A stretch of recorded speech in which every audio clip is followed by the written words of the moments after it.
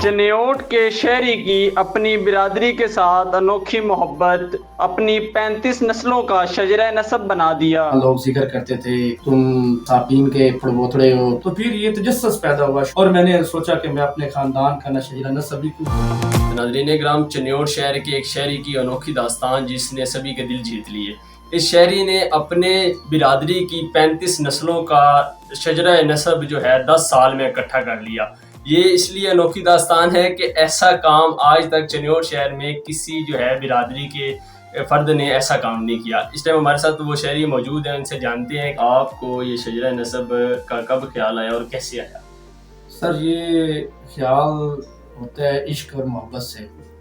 तो मैं जब छोटा था, मेरी 40 साल एज है, 20 साल का था, तो अमूमन हम रिश्तेदारों के पास जाया करते थे। तो वहाँ अमूमन देखा करते थे कि वहाँ लोग जिक्र करते थे कि तुम अपना साबीन के पोते पड़बोतड़े हो, पोते हो, कोई पोता कहता तो पड़बोतड़ा कहता। तो वो फिर ना मैंने घर से वालिद साहब से पूछता कि ये साबीन कौन है।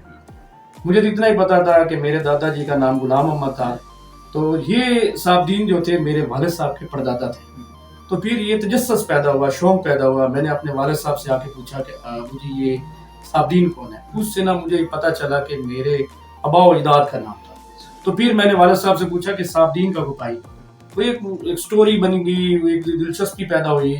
तो वो फिर मैंने वालिद साहब ने मुझे बताया कि हमारे परदादा जी का जो वालिद साहब के जो परदादा थे, उनके एक भाई इमाम दीन है, एक उनके भाई बरखरदार हैं। तो मैंने फिर उनसे पूछा कि ये इमाम दीन कहाँ रहते हैं। उन्होंने मुझे बताया कि ये नालिया में रहते हैं, कुछ जुमरा में रहते हैं, कोई मुलवानी बारा में रहते हैं, कुछ सरगोदा में रहते हैं। तो फिर ये शौक बढ़ता बढ़ता फिर मैंने पूछा बरखरदार के कहाँ रहते हैं। उन्होंने मुझे बताया कि ये कुछ सरगोदा में रहते हैं, कुछ सरगोदा के मज़ाफ़ात में रहते हैं। तो इस हवाले से ना ये मुझे शौक पैदा हुआ और मैंने सोचा कि मैं अपने ख़ानदान का शजरा नसब भी करूं। ये मैंने आज से तकरीबन 20 साल पहले लिखा था। लेकिन उस वक्त मैंने छोटा सा लिखा था, सिर्फ अपने मियाँ हसन जो हमारे साबदीन और इमाम दीन थे, उनके वालिद थे इमाम दीन। ये इमाम दीन उनके भाई थे, उनके वालिद थे मियाँ हसन के 3 बेटे थे। तो उस हवाले से ये शौक पैदा हुआ। अच्छा जी, ये बताइएगा कि ये जो शजरा नसब है आपने कैसे इकट्ठा किया इसको? सर, ये फिर मैं अपने ख़ानदान में जो बुजुर्ग थे, हमारे ख़ानदान के जो बड़े बुजुर्ग थे, मेरे नाना जी थे, नानी जी के जो भाई थे, या मेरे जो लालिया में, सरगोदा में, हाफजाबाद में, इस्लामाबाद में, लाहौर में, पिंडी में, कराची में जितने भी रिश्तेदार थे ना, ओवरऑल जितने भी हमारे पंजाब में या सिंध में, कराची में या खैबर पख्तूनख्वा में, बलूचिस्तान में, उन सब से मैंने रब्ता किया कि यार मैं ना अपने ख़ानदान के लिए शजरा नसब लिखना चाहता हूँ और मेरा आप सब दोस्त जो है मेरा साथ दें। मेरे काफ़ी रिश्तेदारों ने इस दिलचस्पी का इजहार किया और मेरा उन्होंने शाना बेशाना मेरा उन्होंने साथ दिया। तो फिर नाम जुड़ते गए। फिर मैंने पूछा जी आपके दादाजी हैं, मिसाल देता हूँ, एक बंदे से मैंने पूछा कि आपका जो ख़ानदान है ये बुल्ला है, बुल्ला के कितने बेटे हैं। उन्होंने मुझे बताया कि बुल्ला के 4 बेटे हैं। फिर मैंने सोचा कि बुल्ला के आगे बेटे हैं। मकसद एक फर्दम मैंने हर शख्स से पूछा। जब हर शख्स ने मुझे बताया तो वहाँ से ये सारी इंफॉर्मेशन इकट्ठी होनी शुरू होगी। फिर मैंने इनको कागज़ों पे नोट किया, लिख कर मैंने कागज़ लिखे, लोगों से पूछा, फिर इनकी वेरिफिकेशन की। जो गलतियाँ थी वो गलतियाँ मैंने निकाली उस शजरे में। तो ज़ाहिर बात है कि अगर किसी का माँ बाप बंदा चेंज कर दे तो फिर वो बंदे इंसल्ट समझते हैं कि आपने हमारा माँ बाप चेंज किया। लेकिन इसके ऊपर मैंने जितना हो सकता था मैंने इसके ऊपर मेहनत की है और अल्हम्दुलिल्लाह मैंने आज शजरा नसब अपना मुकम्मल कर लिया है। इसका स्केच कैसे बनाया आपने? सर, इसको ना आपको बताया कि इसके लिए मैंने ना 1 to 1 एक पेजों के ऊपर लिखा, क्योंकि हमारे पास जो हमारे आबा व अजदाद के शजरे थे ना, जो हमारे पीछे हमें शजरे कुछ हमारे पास थे भी, जिनके हमें बुजुर्गों के नाम मिले, कुछ बुजुर्गों के नाम बाद में हमने तलाश किए। तो वहाँ से फिर लोगों को कहें कि यार हम शजरा लिखने लगे हैं कि तुम अपने वालिद का नाम बताओ, दादा का नाम बताओ, परदादा का नाम बताओ।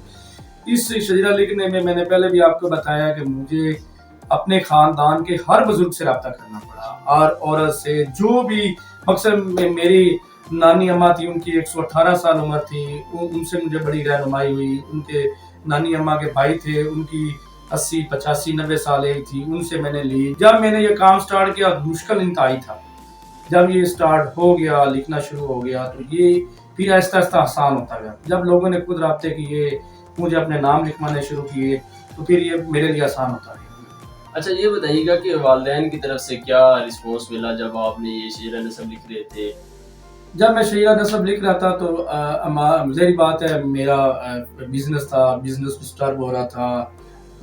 مجھے یاد ہے کہ میں اپنے گھر کے کمرے میں نا کنڈی لگا لیا کرتا تھا. تو ہمارے والد صاحب کہتے تھے کہ بھائی جاؤ کام پہ جاؤ. میں اگر صبح 9 بجے بیٹھتا تھا، میرا معمول تھا کہ میں ناشتہ کرتا تھا، ناشتہ کرنے کے بعد میں بیٹھ جاتا تھا. تو 12 بجے 1 بجے تک یہی میں کام کرتا تھا، مختلف لوگوں کو فون کرتا تھا، آگے لمبے لمبے رجسٹر پڑے ہوتے تھے، کاغذوں کا بمبار ہوتا تھا. تو وہ بھی والد صاحب دروازہ کھڑکاتے تھے تو میں ان کو جھوٹ بولتا تھا جی میری بیٹھک میں نا کوئی مہمان آئے بیٹھے ہیں. تو بھی جب بیٹھک سے آتے تھے نا، باہر گلی سے آتے تھے تو دیکھتے تھے تو کہتے تھے بھائی مہمان آئے نہیں، اور یار جاؤ اپنے کام کرو، کس کام میں پڑے ہو، اپنے بزنس کو دیکھو. بہرحال میں لگا رہا. میں اپنے گھر سے مذاق بنتا رہا، برادری سے لوگوں نے مذاق بنایا. کئی ایسے لوگ ہیں جن کو میں نے فون کر کے پوچھا کہ یار میں شجرہ نسب لکھنا چاہتا ہوں، تو آپ میری اس کے لیے کیا رہنمائی کرتے ہیں. تو کئی لوگوں نے مجھے ڈسارٹ بھی کیا کہ تم کس کام میں پڑ گئے ہو، کوئی اچھا کام کر کے دکھاؤ، یہ کون سا کام ہے. تو یہ بھی جب ہم نے شجرہ لکھا، لوگوں نے اس کو دیکھا، بچوں نے دیکھا، نوجوانوں نے دیکھا، بزرگوں نے، بالخصوص ہمارے جو برادری کے بڑے بزرگ تھے انہوں نے مجھے بہت اپریشیٹ کیا، اور انہوں نے میرے سے انتہائی دلی محبت کرتے ہیں. بچے محبت کرتے ہیں، بڑے محبت کرتے ہیں، ہر گھر ہر فرد میرے سے محبت کرتا ہے، میں ان سے محبت کرتا ہوں، وہ میرے خاندان کا حصہ ہیں. ایک جیسے آپ لگا لیں ایک تسبیح ہے، اس کے دانے جو ہیں وہ 100 دانہ ہوتا ہے، وہ بکھر جاتا ہے، ٹوٹ جاتا ہے. اس تسبیح کو دانوں کو میں نے جوڑا ہے، اور یہ آپ کے سامنے ہے کہ میں نے 4000 نام لکھ دیا. اور مجھے میرا دل مطمئن ہے کہ میں نے بہت اچھا کام کیا، اور اپنے خاندان کی آنے والی نسلوں کو یہ بتا دیا ہے کہ ہم اتنے بڑے خاندان کا حصہ ہیں. ان کے جو بزرگ ہیں، ان کی برادری کی وہ ہمارے ساتھ موجود ہیں، ان سے جانتے ہیں. بہت اچھے سے نے کام کیا ہے. پہلے بھی ہم برادری کے لوگ ایک دوسرے سے ملتے جلتے رہتے تھے، کوئی ایک دوسرے سے تعارف نہیں تھا. لیکن جب سے انہوں نے یہ کام شروع کیا ہے ہمیں پتہ چلا ہے ہماری برادری کو وسیع نیٹ ورک ہے، بہت سارے ممالک گھوم رہے ہیں، رہ رہے ہیں، لیکن ان کا آپس میں کوئی تعارف نہیں تھا. جب انہوں نے یہ شجرہ نسب شروع کیا فیض رسول بھٹی صاحب نے، ان سے انہوں نے ہمارے ساتھ رابطہ کیا، ہم نے ان کے ساتھ کوشش کی رابطہ کرنے کی، ان کی حمایت کی کوشش.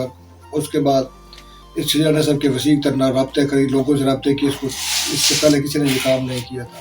جب انہوں نے یہ کام شروع کیا پھر اس وجہ سے پھر سارے لوگ جو ہے وہ مختلف جگہوں سے، مختلف صوبوں سے، شہروں سے وہ ایک دوسرے ایک لڑی میں پرو گئے، ایک گلدستے کی شکل میں اکٹھے ہو گئے، اور ایک دوسرے کے رابطے میں شجرہ نسب کے بڑھنے کے بعد ہمارا بہت پیارا تعلق بنا ہے، اور وسیع نیٹ ورک ہوا، ہمارے تعلقات آپس میں بڑے ہیں، ہمارے کئی مسائل حل ہوئے ہیں. یہ شجرہ نسب کا کام پہلے برادری میں سے کسی فرد نے کیا یا کوئی پہلی دفعہ یہ انیشیٹو تھا؟ یہ پہلی دفعہ ہوا ہے، پہلے کسی نے بھی نہیں کیا. یہ اس بچے نے کیا اور کسی نے بھی نہیں. اچھا، اس شجرہ نسب کو تلاش کر کے جو انہوں نے 35 نسلوں کو 10 سال کی محنت سے اکٹھا کی ہے، اس میں کیا فائدہ ہوا برادری کا؟ بہت فائدہ ہوا، ہمیں اتفاق پیدا ہو گیا.